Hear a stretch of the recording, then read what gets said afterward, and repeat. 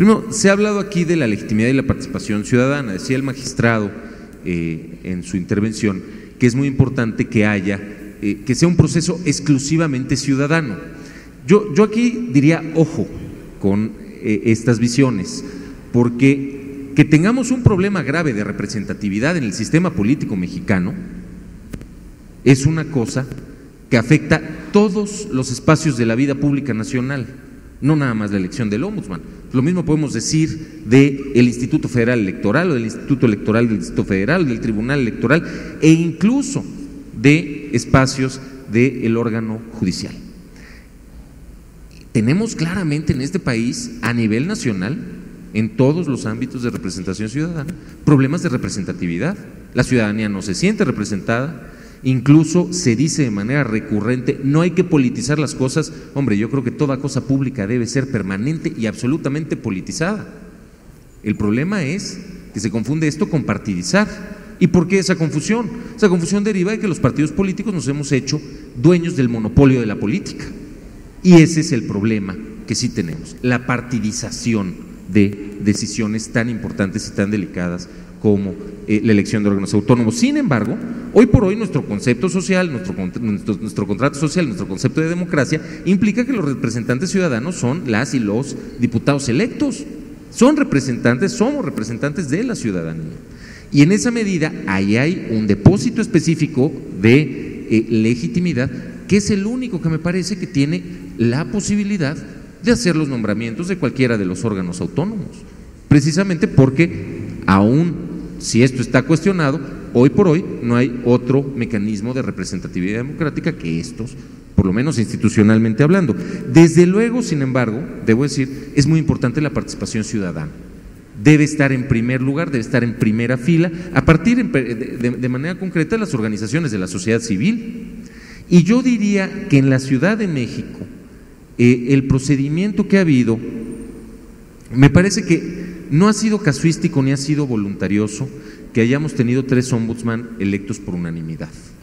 Esto es algo que yo sí quiero subrayar. Me parece que si ha habido 3 ombudsman electos por unanimidad, ha tenido que ver, entre otras cosas, con que la ley obliga, no es porque quienes hemos intervenido en elecciones de ombudsman seamos más o menos democráticos que otros, no, es porque la ley obliga a que haya un proceso abierto, a que ese proceso sea público, a que haya participación activa de la sociedad civil, y eso ha generado elecciones unánimes. Y esas elecciones unánimes pues, podrán ser todo, pero partidizadas no habrán estado, porque se está eligiendo a una persona, ni siquiera está habiendo un reparto de cuotas, ¿no? Sí se pueden generar en ocasiones específicas vetos, etcétera, no, pues son temas de la democracia que tenemos que resolver desde otra parte, desde una reforma política permanentemente fracasada, en la que no hemos avanzado para construir representatividad democrática en nuestro país, pero hoy por hoy yo diría, en la ciudad, salvo ajustes específicos para poder abrir y incrementar la incidencia de la participación ciudadana dentro de la elección del ombudsman, me parece que el esquema en general de la elección es correcto y aporta las herramientas de autonomía y de legitimidad que hacen falta, más allá de, desde luego, puntos de vista distintos.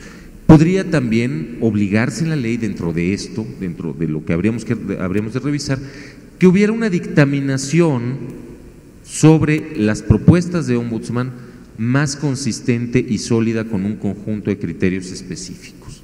Hoy, como funciona la dictaminación para la elección del ombudsman o del titular del ombudsman, es a partir de un dictamen en positivo, es decir, se elige a esta persona y se dice por qué se elige, pero por ejemplo no hay un desechamiento del resto de las y de los candidatos que puedan ocupar. Esto es algo que podría, me parece, dentro de lo que estamos tratando en esta mesa, que podría estudiarse, es decir, que hubiera la mayor objetividad posible de acuerdo a criterios específicos respecto a por qué se da una elección y por qué se va hacia una persona específica y no hacia otras. En el último proceso tuvimos 24 aspirantes a ombudsman, a la titularidad del ombudsman, y desde luego en el dictamen lo que se plantea fue solo quien se planteaba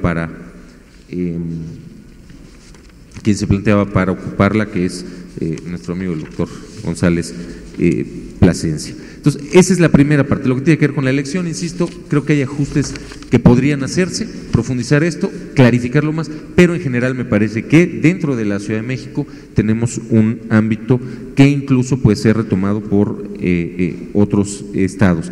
También decir, es muy importante que las deliberaciones sean permanentemente abiertas, que las deliberaciones de la comisión que elabora el dictamen, en este caso la Comisión de Derechos Humanos, deben ser permanentemente abiertas y que cada diputada o diputado esté obligado a fundamentar su voto y su candidatura. Voy a la segunda parte o el segundo eje, que es lo que tiene que ver con la rendición de cuentas al interior y mecanismos para fortalecer la legitimidad e incluso la fundamentación y motivación de los actos de recomendaciones de la comisión. Hoy tenemos en el diseño de la comisión un consejo consultivo que está integrado por ciudadanas y ciudadanos que deben ser pues connotados en su trabajo en favor de los derechos humanos, vamos en términos generales, que provienen de sociedad civil, que son electas y electos por la Asamblea Legislativa de la Ciudad de México. Me olvidaba de decir, desde luego es muy importante para la elección del ombudsman mantener el criterio de las 2/3 partes del órgano legislativo. Este es otro de los elementos que ha ayudado mucho a evitar la partidización de la titularidad del ombudsman. Regreso al Consejo y decía, el Consejo está integrado por ciudadanas y ciudadanos que en carácter honorario participan de las discusiones en las sesiones de Consejo, que además, y es muy importante el carácter honorario que tienen, que además no tienen ningún otro interés que esa participación por su convicción, por sus respectivos desarrollos profesionales, etcétera, etcétera, etcétera. Y creo que la Comisión ha tenido consejos muy notables, la Comisión de Derechos Humanos de la Ciudad de México. Sin embargo, a mí me parece que aquí, por ejemplo, sí hay un espacio a mejorar y a generar una especie de contrapeso interno que no violenta la autonomía de la comisión. Tomemos en consideración que las decisiones que toma la comisión, el análisis y el trabajo que va realizando la comisión, es un trabajo muy delicado en términos de las resoluciones que se convierten eventualmente en recomendaciones. Y a mí me parece que hoy esa responsabilidad está al final, queda al final del camino, concentrada en una sola persona. Esa sola persona es quien lleva la titularidad, quien fue electa por parte del órgano legislativo, y me parece que el Consejo podría tener una característica de mayor contrapeso. ¿A partir de qué? Pero hay que dar ciertas herramientas, porque el Consejo al final, pues tenemos activistas, tenemos a defensores de derechos humanos, tenemos académicas, académicos, es decir, tenemos a una serie de ciudadanos y ciudadanas que desde luego pues sus vidas, sus tiempos completos están dedicadas a cosas distintas y queremos que así siga siendo.